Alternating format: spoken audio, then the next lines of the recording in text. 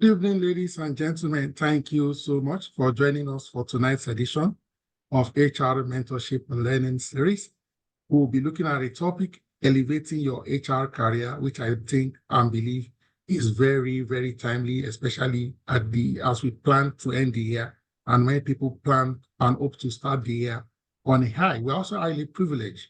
It's my privilege and pleasure to introduce our facilitator for tonight, Dr. Michael Ogu, who is a fellow of the Institute of Training and Development. He's a full member, Chartered Institute of Personnel Management, and is an elected council member of CIPM, among many notable other affiliations. Dr. Michael Ogu is a distinguished leader in human resources, learning and development. He's an executive coach, talent management, and behavioral change management. He has over 17 years of transformative experience across diverse industries and climes. Ladies and gentlemen, by way of academic background, he has a bachelor's in chemical engineering. So maybe he can make a nuclear bomb, who knows? From Nnamdi Azikiwe University. He has a master's in public and international affairs from the University of Lagos and a doctor of philosophy in leadership and talent development from Miles Leadership University. He is a certified global talent management leader and an associate certified coach with the International Coaching Federation. Also, Dr. Ogu is an accomplished author of 6 books, counting, sharing his strategic insight and passion for developing others.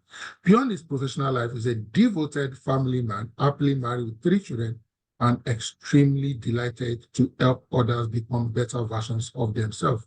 Ladies and gentlemen, my privilege and pleasure to hand over the virtual lectern to my friend, my brother, fellow elected council member, Dr. Michael Ogu. You have the floor, sir. Thank you so much, Dr. Adeosun, for the privilege and honor to be here. I can see a number of familiar faces. Thank you so much for this privilege. I do not take it for granted. Dear colleagues, good evening to you all. Thank you for joining us in tonight's learning session.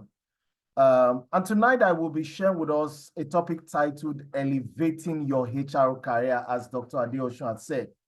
And basically, I'll be sharing insights from my latest books titled Career Surge, Volumes 1 to 3.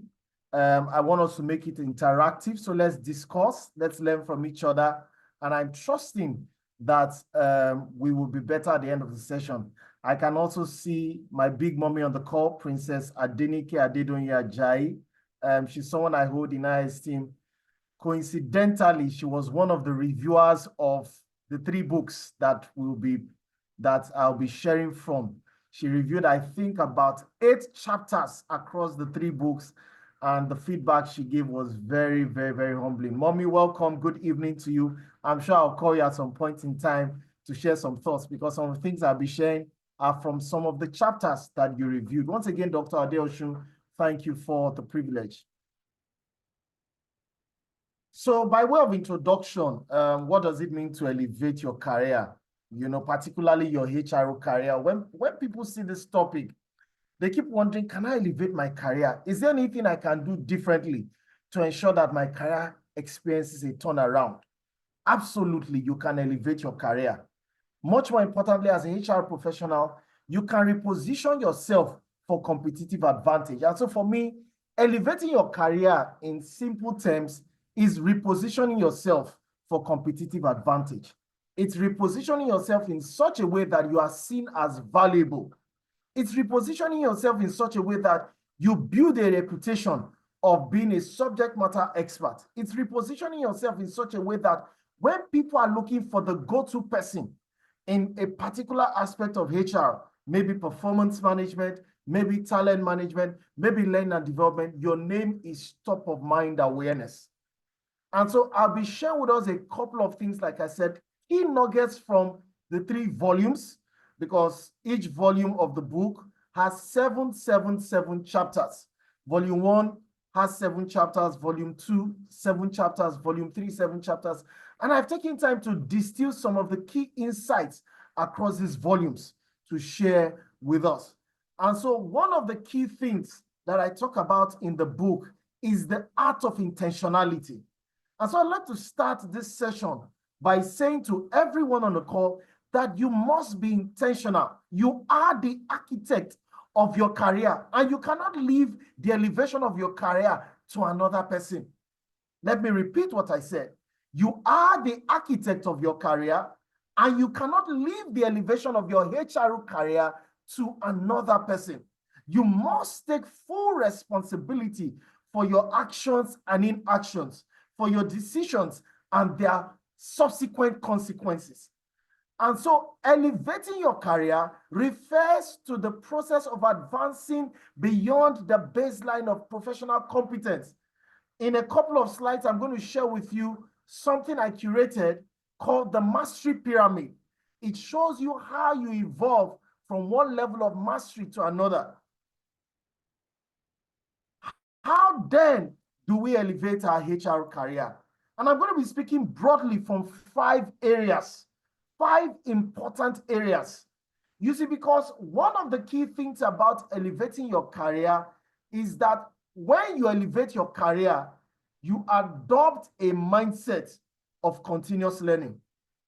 You adopt a mindset of continuous learning. So I'm going to talk to you in 5 dimensions. Dimension 1, skill enhancement and mastery. Dimension 2, aligning with purpose and values. Dimension 3, where I think I may spend a lot of time, is strategic relationship management. Dimension 4, visibility and influence. And then dimension 5, creating long-term value. What I'm going to share with us tonight are what I call the high points of the 3 books. The high points of the 3 books. Yes, 7 chapters, but I can't share everything in this call. We'll spend a lot of time. So I picked the key nuggets across the 3 volumes, and that's what I'll be sharing with us tonight. Let's start with skill enhancement and mastery. This involves continuously improving and mastering the technical and soft skills that add unique value to your role, organization, industry, and the HRO profession. So let me show you the mastery pyramid. I'm going to come back to discussing broadly. I'll talk about the mastery pyramid, talk about the career intentionality model that I created, then share some salient points that you need to know if you are going to go on the path of skill development and mastery. The mastery pyramid, which I curated in 2021, talks about the progression across the 5 levels of mastery. Level 1 being gifts and talents. Level 2 being skills. How do you transition from gifts and talent to skills? When you hone your gifts and talents, when you develop them, they become skills. I'll give you an example. If you have a writing gift, it's enough to write. But when you write and you now go for a training on business communication skills, they now teach you how to write memos, how to write reports, how to write manuscript. What you are doing is that you are turning that gift into a skill. And you see, in human resources, one of the things we do is that we communicate a lot, either via memo, either via email, either via policies. So you must move from level 1 to 2 by honing that gift, by developing it. Now, when you continuously use your skills, they become competence. And so you transition from level 2 to 3, which is competence. When you now demonstrate competence via capability and capacity, you now move to level 4, expertise. At level 4, which is expertise, you can now start teaching other people what you know, and then you move to level 5, which is mastery. This is the progression of moving from skills to mastery. And I talk about it in detail in volume 2 of Career Search. It's a 30-page chapter. I talk about everything mastery in that chapter. Then, of course, the model that complements the mastery model is what I call the career intentionality model. The career intentionality model is 4 components that help you ensure that you remain on an upward career trajectory. Don't forget, we are talking about dimension 1, skill development and mastery. You cannot afford to be at the same level. I was talking to a friend of mine. I said my personal development budget is very heavy every year. I invest in myself. Let me share something with you, dear colleagues. When you invest in yourself, organizations will see you as valuable. When you invest in yourself, organizations will be willing to put a premium on you. When was the last time did you go on a training? When was the last time did you use your own money to invest in your career and professional development? So the career intentionality model has 4 components: lifelong learning, intellectual humility, optimistic attitude, and a growth mindset. When you put these 4 components, they help to prevent career obsolescence. What is career obsolescence? It's when you go through a period where your skills, your knowledge are now updated, where you are no longer seen as relevant and valuable. And so the 4 components of the model are very important for you to be seen as valuable. There is what I call lifelong learning, where you commit to a lifelong pursuit of learning. You are intentional. Then there's intellectual humility, where you recognize and accept the limits and boundaries of your knowledge, where you say, I am humble to become a student to another teacher. And that is exhibited through mentoring, reverse mentoring, and other forms of mentoring. Reverse mentoring, mutual mentoring, shared mentoring. Then there's a concept of the growth mindset, which I borrowed from psychologist Carol Dweck, where she says that abilities and intelligence are developed through consistent hard work, and then an optimistic attitude, which is focusing on positive outcomes, regardless of the challenges that we go through. So why is skill enhancement the first dimension? Because if you do not have skills, you do not have what you can trade in the corporate marketplace. We're in a skills economy. Let me say it again. If you do not have skills, you do not have what it takes to trade in the job market. Why? We're in a skills economy. So how do you pay attention in dimension 1? First and foremost, assess your current HR skill sets. Draw a table: skills, knowledge, behavior, abilities, and write what skills you have as a HR practitioner. The knowledge, what aspects of the HR value chain do you know about? You write them down. What behavioral competencies do you have? And what abilities are you demonstrating? That is what we call an inventory. You do an inventory of your current skill set, knowledge, and behavior. When you do that, you now match it against a standard. For example, the CIPM body of competency and knowledge is a standard. You can match your current state of knowledge and skills against that standard. It will reveal where you have gaps. Then you can now move to the second step, where you now begin to pursue lifelong learning to prevent career obsolescence. And you can do that when you enroll in certification courses, advanced degrees. And I often encourage people, you know what? Attend webinars, just like you are doing. Attend webinars, listen to podcasts, read publications. And it's not enough to acquire skills and knowledge. You need to apply them. You need to do what? You need to apply them. You need to apply them. Either through projects in your office, or you can even volunteer for projects. Dr. Adeosun has a lot of projects. You can volunteer if he's having them. You can even reach out to your mentors who may be consultants and say, I'd like to be a part of a project. Because you see, in HR, we learn by doing. Then you also learn from mentors and experts in our field. And lastly, create a portfolio of projects or accomplishments to demonstrate your growing expertise. Again, this list is inexhaustive, but I feel these are the top points in the area of skill enhancement and mastery. Very important. The first dimension of elevating your HR career is to focus on skill enhancement and mastery. Focus on skill enhancement and mastery. You cannot be at the same level you were the year before and expect that the organization will see you as valuable.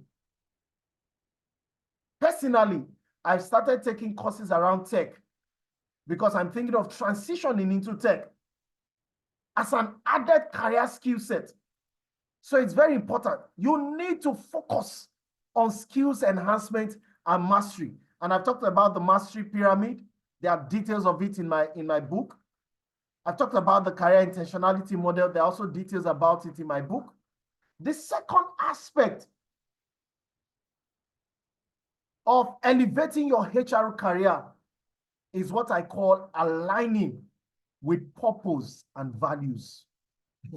And you see, this is a very, very important aspect. It is ensuring that your work aligns with your personal values, goals, and visions, which enhances satisfaction and creates a sense of purpose in your career journey. What I'm sharing with you now is in the first chapter of Career Search Volume 1, the principle of career identity. And an individual's career identity is shaped by their values and their sense of purpose. Let me repeat that. Your individual career identity is shaped by your values and your sense of purpose. So ask yourself, what are your values? What are your top 3 values? For me, giving back is part of my values. It's part of my values. Secondly, continuous learning is part of my values. And thirdly, a focus on family is part of my values. What are your values? You need to engage in work that aligns with your core values. So what are the steps you need to take in this second dimension of elevating your HR career? You need to reflect on your passions, values, and long-term goals. You need to reflect on them and ask yourself a fundamental question. Are they serving you well? Are they serving you well? Are your values serving you well? You also need to define what success and fulfillment will look like for you. Is it what is in your bank account?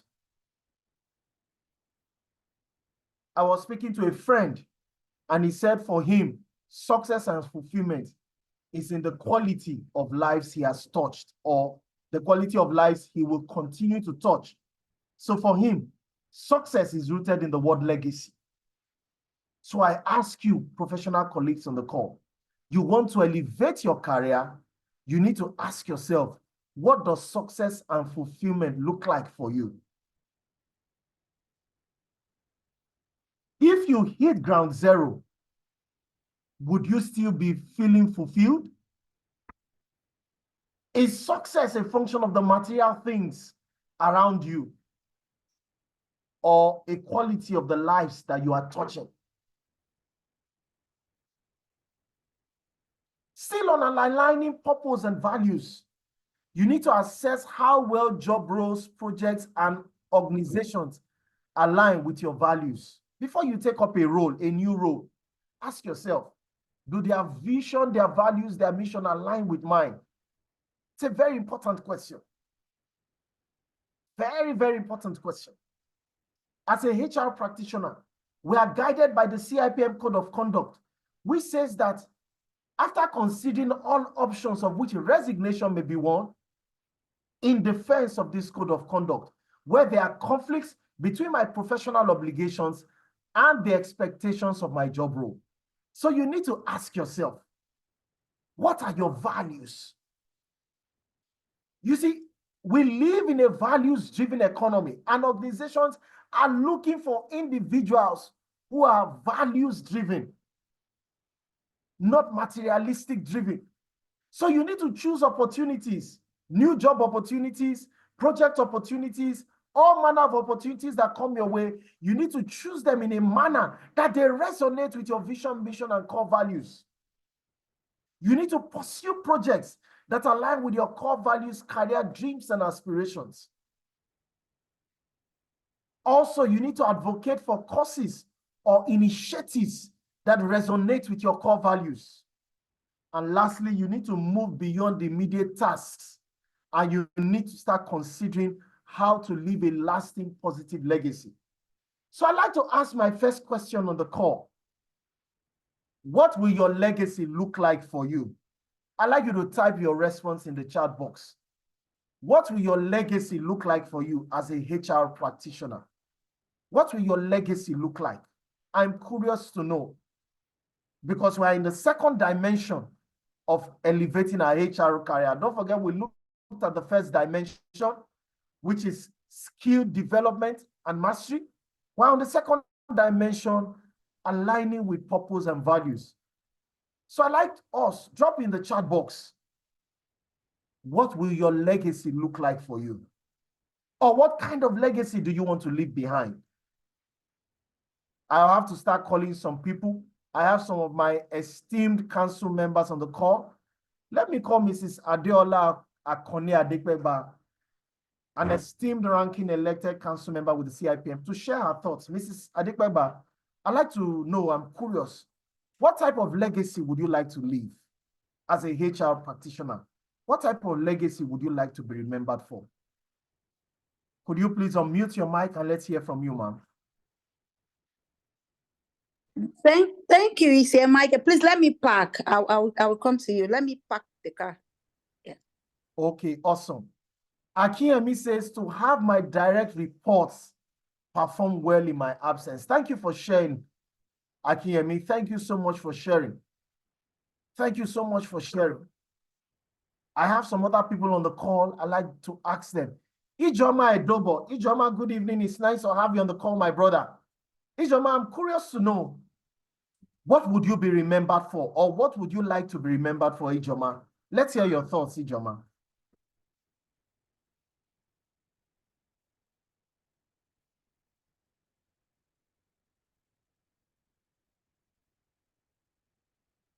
Ijoma, are you there?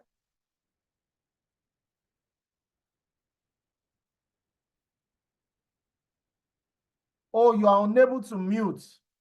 Okay. All right, you can use the chat box. I will read it out. Please, let's type in the chat box, what would we be remembered for? Oh, thank you so much, Waliu, that I advocate for a conducive working environment for staff everywhere.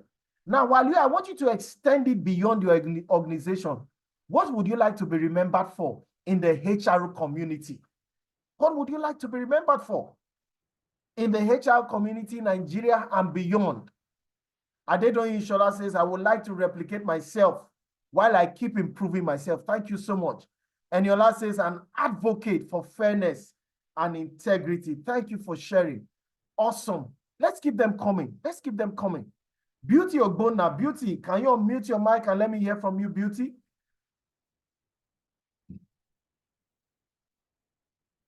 Ade says, to motivate and inspire young professionals to be their best, be confident and be forthright in all things. Thank you so much for sharing, Ade. Thank you for sharing. Ijoma says, I like to be remembered as that HR professional who is interested in overall business success beyond just people issues. Thank you for sharing, everyone. Thank you for sharing. Thank you for sharing. Let's go to the third dimension, strategic relationship management. And I can say that this is one dimension that if you master it well, it can elevate your career beyond your wildest imagination. If you master the act of building relationships with people, I can tell you for free, it will elevate your career beyond your wildest imagination. So why is strategic relationship management very important?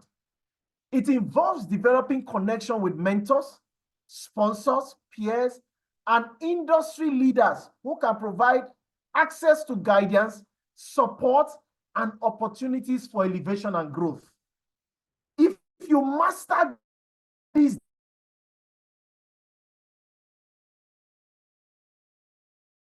earlier on, what are the things we need to pay attention to? What are the steps we need to take? Number one, you need to network intentionality. Connect with people who motivate, energize, and inspire you. Attend industry conferences, meetups, and events to expand your circle, to expand your reach and your audience. Number two, engage on professional platforms like the community Dr. Adelshun has. Engage on it, share your thoughts, ask questions, answer people's questions. Give before you receive. Don't be transactional. Offer help, advice, and resources without expecting anything in return. Seek mentors and sponsors. Identify individuals whose career paths you admire and approach them for guidance. And then intentionally build relationships. And I'm going to share two things that will help you pay attention to this third dimension. The first is what I call the relationship optimization matrix. Don't forget, I said I'm sharing with you insights from my 3 books, Career Surge Volumes 1, 2, 3. And what I'm sharing with you is in the principle of synergy, otherwise called the principle of community. And that chapter focuses on relationships. And I say that if you're going to maximize your personal and professional relationships, you must pay attention to the 4 quadrants, or what I call the 4 categories of 4 buckets. Now, if you see this diagram, on the vertical axis is called frequency of communication. On the horizontal axis is called level of trust. And I tell people, you need to put people in each of these 4 buckets. So let me explain them. Acquaintances are people that is low level of communication and low level of trust. These are people you may just be meeting for the first time. Maybe at an event, at a conference, at a seminar, you exchange pleasantries. They are acquaintances. But don't stop in being acquaintances. You can move them. All right? In the book, I talk about how you can move people around the 4 boxes. The second is what I call associates. Frequency of communication is high, but level of trust is low. Now, most often times, you will put your colleagues at work in this place, in this box. You have to communicate with them regularly because of work obligations and all of that. But it doesn't mean you necessarily trust them. Then on the next dimension is your advocates. Your level of trust in them is high, but frequency of communication is low. However, advocates are people you have built an extensive relationship with over time. Some of them are past colleagues who you have grown to trust, mentors, sponsors, coaches. You know, you may not talk with them regularly, but they are your cheerleaders. Those are advocates. And then the last category are ambassadors. Ambassadors, you communicate with them regularly and you trust them. These are your go-to people. These are people who will carry your matter on your head. And let me tell you something, my dear colleagues on the call. You need to compartmentalize your relationships in these 4 buckets. I know who my advocates are. I know who my ambassadors are. One of my ambassadors, she's on this call. I know my advocates. When you compartmentalize your relationships, it will help you to place the appropriate honor and value on people. But it doesn't end there. Let me bust your bubble. If you now master how to build relationships, these relationships give you gifts.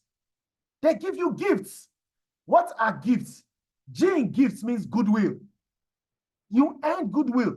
If you master how to build relationships with people, relationships will give you gifts.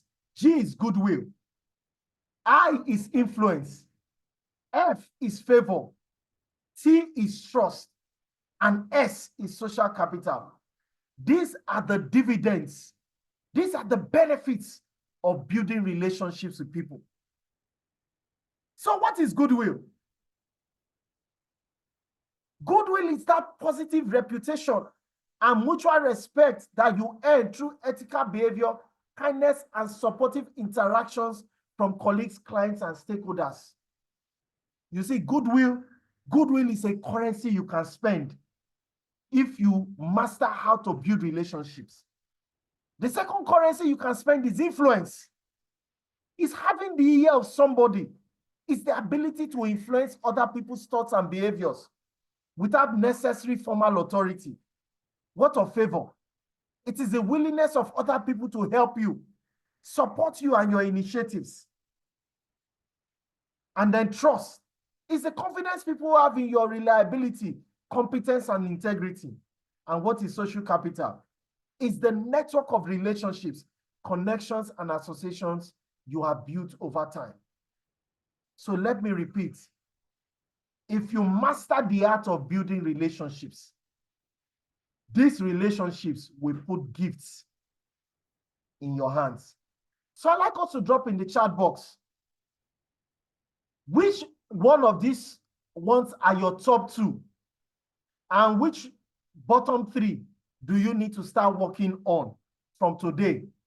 Out of the gifts that I mentioned, which are your top 2 and which are your bottom 3?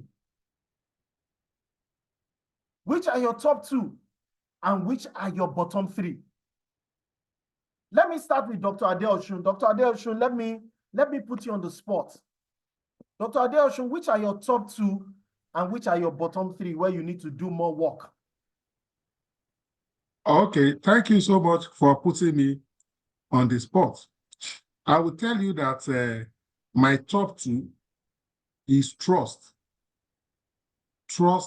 and influence. Tell me about it, sir. Yes. So you see, trust is about reliability. For example, trust is about if someone shares an information with you or a concern or a challenge, their story, their narrative is safe with you. You are not going to, maybe tomorrow you have a disagreement or a quarrel, you are not going to badlight them. And you know, in this our profession, HR, we have access to a barrage of information, official and sometimes informal. And as you rise in your career, the trust becomes even weightier. And so it's very critical. Influence also has to do with ability to either make something happen for other people.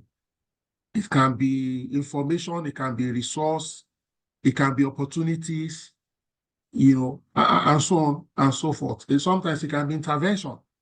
Maybe you intercede on behalf of someone. On the others, I'm trying, but you know, we say that the largest room in the world is the room for improvement. Thank you. Thank you so much, Dr. Adeosun. And I totally align with what you said. And let me say this to all our HR colleagues on the call. There is a level you get in your HR career you cannot advance without these gifts. There are certain jobs that will not be advertised. They will only come through your relationship circles. And if you don't master how to build relationships, you will not enjoy gifts. You get to a level in your HR career, jobs no longer come to you because you apply for them. Jobs come to you because of gifts. So, Mr. Adegbegba, I don't know if you've been able to pack now. I'd like to hear your thoughts on gifts. Which are your top 2? Which are your strongest 2? And which are your bottom 3, Mrs. Akoni? Let's hear from you. Yeah, thank you very much, Doctor. So my top 2 is, number 1 is social capital and favor, because I have enjoyed that a lot in the course of my career. Yeah, I have. Even I don't think I have a bottom. All of them are just for me. Goodwill, because influence, I've enjoyed all in the course of my career, and it pays, like what you are saying. Sincerely speaking, it pays. So it paved way for you easily. And I want to say thank you for bringing this to our notice again. Thank Dr. Michael. Thank you very much. Thank you so much, Mrs. Adeola Akoni Adegbegba. Let me invite Dr. Morakinyo Oloyede, FCIPM. Dr. Morakinyo, it's nice to have you on the call. I'd like to hear your thoughts around gifts, Dr. Oloyede. What are your top 2 and what are your bottom 3? And if all the 5 are your top 5, let me know, please. Thank you very much, Dr. Ogo. I've been following and the presentation is quite good and insightful. Thank you very much. Talking about gifts, as far as I'm concerned, there's none of them that can be relegated to be either down 1, bottom 1, bottom 2, or bottom 3. They are quite necessary. apart from all manners of academic qualification and experience, these are the soft skills that you require, especially as you are growing higher and higher. When people will speak for you, if there's no trust, who will speak for you? If you don't have social capital, or you have exhausted your social capital, you go nowhere. If there's no goodwill on your part to people or from people to you, you got stagnated in your career. Same thing with favor. Because there will always be contention. There will not be any time where it's only you that is qualified or available. There are other people. Then the decision to pick you ahead of other people, that is favor. And favor will not come just ordinarily. People look at what you have done before, why you are preferred above the other person.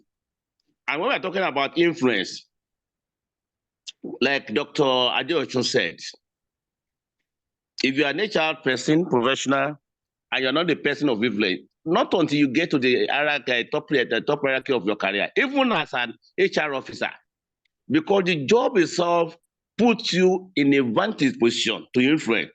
You, among your colleagues, if you are in HR, they see you as being a pedestal above their level. So you are able to use that office, even as an HR officer, maybe beginner 1 or 2 years, to influence issues, to be an advocate, to be a champion, to be an ambassador, and people see you there. So as far as I'm concerned, you have brought in a very important aspect of skills that HR professional wants to go over must carry along at all levels. Thank you very much. Thank you so much, Dr. Oloyede. And Dr. Adeosun, you see, when I was preparing for this session, when Dr. Adeosun told me that he wanted me to come and speak, and I said to him, elevating your HR career. And as I was thinking, just to buttress what Dr. Adeosun, Mrs. Adikbeba, and Dr. Morakin have mentioned, the truth is, dear professional colleagues on the call, you cannot advance or elevate your HR career without these 5 things. And so my charge to everyone on the call is begin to pay attention to these 5 things and be more deliberate and intentional about building relationships with people. Don't reach out to people when you need them. It is not until when you need people that you reach out to them. What you'll be doing is you will be transactional in your approach to dealing with people. Show up for people when they need. Be there for people in good times, bad times, ugly times.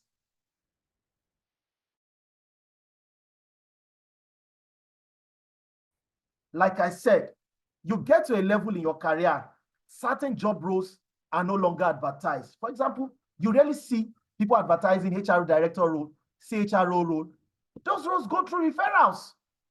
If your goodwill is strong, your influence is strong, you are enjoying favor, you enjoy the trust of people, and your social capital is strong, whether in your organization, outside your organization, within the HR profession in Nigeria and beyond, your career will advance.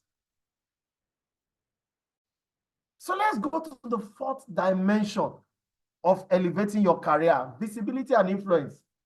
And I know that is one aspect some people don't like. Some people say visibility is all about making noise on social media and all of that. Let me burst your bubble. Visibility is more than that. All right? Visibility goes beyond that. And there's a difference between visible and making noise. Let me establish that. There is a strong difference between making noise and being visible. Visible is you are in the faces of the right people, the right decision makers are aware of your work.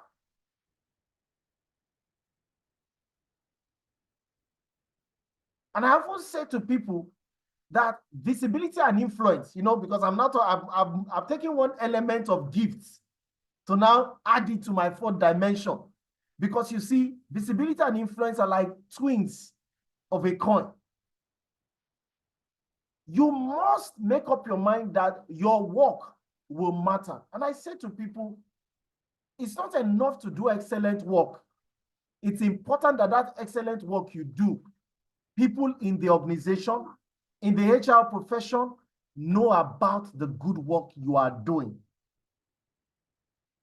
While I understand that some people may be humble and modest about sharing their presentations, you can share your achievements through storytelling.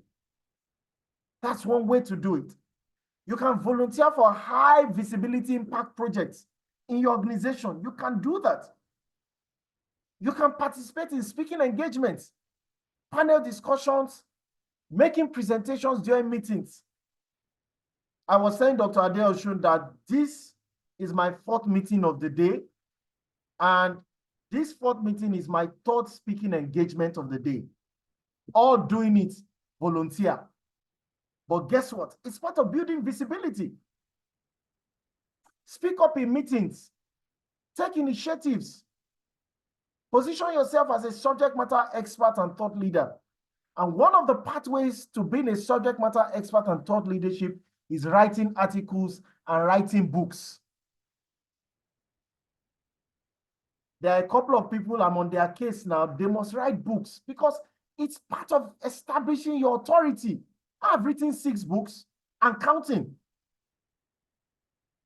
So you need to be deliberate. People need to know about your work. So let me share with you some things that will help spur you to visibility. I call them the catalysts of visibility. First is preparation. You need to prepare. And part of preparation means that you become a subject matter expert and thought leader. The second catalyst of visibility is people and relationships. You will not grace certain platforms if you do not maximize your relationships with people. For example, by the special grace of God, I've been a speaker at the CIPM conference. By the grace of God, I've been the MC at CIPM conference for 3 years back to back. That would not have happened if I did not maximize relationships, if I did not honor and value the people in my life. The third catalyst for visibility is presence, executive presence.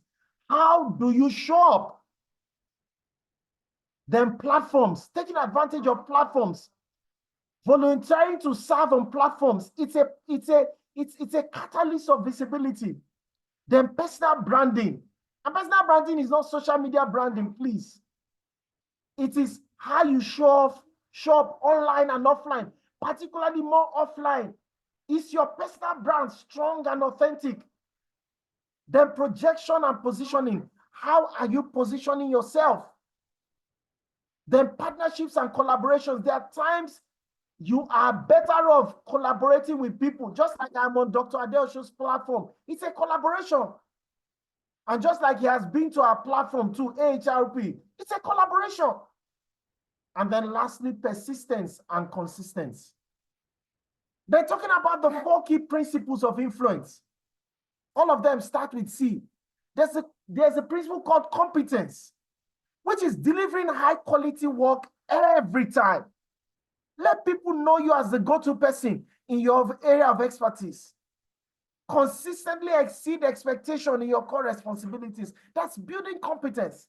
The second is connection, like I've talked about, building real relationships, genuine, authentic relationships, up, down, and across. Then number 3 is character, showing integrity, especially when it's tough. That's aligning your actions with your words. And I talked about it previously. And then lastly, contribution, which is paying it forward, adding value that goes beyond your role. So dear colleagues, these are the catalysts for visibility and the principles of influence. Again, I talk about them extensively in my books.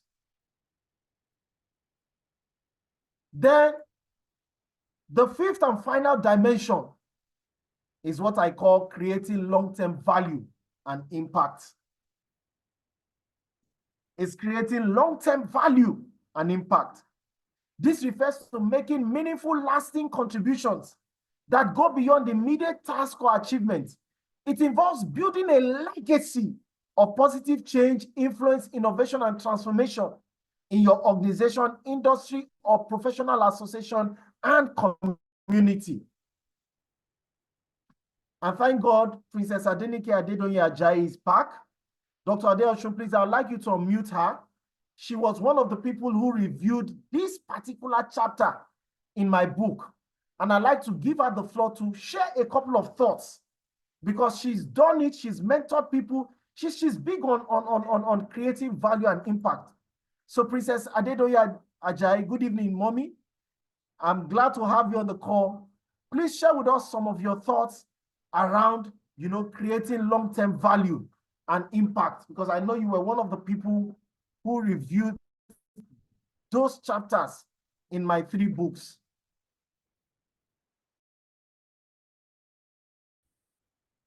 Dr. Adeosun, can we unmute her?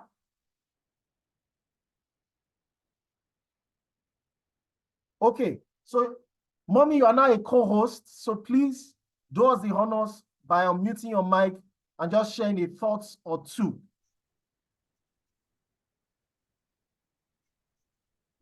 Hello, can you hear me? Yes, we can. Hello? Hello, we can hear you, Good ma'am. evening, everyone. Good evening. Good evening. Unfortunately, I'm driving, Okay. so I might not be able to. Yes, I did the airport run. I brought my brother to the airport, so I'm driving. So I be able to, have a proper discussion as a transport right now. So maybe before you finish, I might be able to join again. I would let you know when I'm completely out of the airport because it's a bit zigzag here. Please. Yeah, it's a focus on paying it forward. It's a focus on making a difference. It's a focus on giving of your time, talents, treasures I don't have anything, sorry. to people. That's what this dimension is all about. And let me say this with every sense of humility. This is one of the highest forms of elevating your HRO career, where you can reproduce yourself in another person, where you are making a difference in the life of another person, where you stop thinking about yourself and you're thinking about the next generation. Just exactly what Dr. Adeosun is doing is creating long-term value and impact. I'm aware that on the YouTube channel, there are over 3,000 videos. Come on, guys. That's creating long-term value and impact. His career, his HR career is elevated. In fact, he was sharing with me a personal story, if he will permit me to share, that part of the things that gave him his current role as LBS was they were looking for thought leadership, genuine thought leadership. And all he did was to point them to his YouTube channel. But guess what, guys? He has been paying it forward. He has been making a difference. That's what this dimension is all about. Paying it forward and making a difference. Using your time, talents, treasures to add value to people. For example, what we are doing in AHRP, I have the privilege of being the founder and global president, one of the 7 founders at AHRP. And for the last 7 years in AHRP, we've donated more than 10,000 hours of free learning to the HR community. People don't pay to attend our sessions. You only pay for your certificate, but entrance into those sessions is free. That's part of creating long-term value and impact. So you need to make up your mind that I will make a difference. I will pay it forward. Mentor other people, coach other people, share your knowledge, and empower other people to succeed. Write books, regularly evaluate what you do. These are just some of the few things to create long-term value and impact. As I get set to close so that I can take questions, because I would love to take questions. Elevating your HR career is a strategic move that goes beyond routine work or basic job progression. It focuses on maximizing your potential, achieving greater fulfillment, and creating meaningful impact. It is a deliberate and intentional investment in yourself and your future. It allows you to live up to your full potential, enjoy greater fulfillment, and create a positive impact on your organization and the broader HR community. Whether it's about achieving personal satisfaction, financial stability, or leaving a legacy, career elevation is a powerful pathway to living a life of purpose and influence. And like I said, all the things I have shared with you on this live call are taken from my 3 books, Career Surge. Thank you so much for the presentation. Thank you, ladies and gentlemen. So if you're